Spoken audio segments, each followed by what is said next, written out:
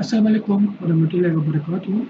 This is Sadil Sajid Network and Vstreet Administrator and Virtual Instructor at 98 and founder of Wellplus Platform.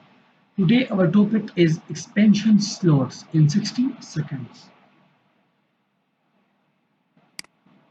Expansion slots are slots on a computer's motherboard that allow you to add additional hardware components such as graphic card, sound cards, or network cards or NIC to enhance the capabilities of your computers.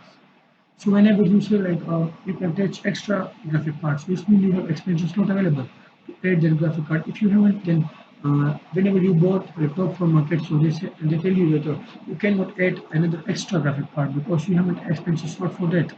So these slots provide a way to expand and customize your computer's functionality by adding specialized devices.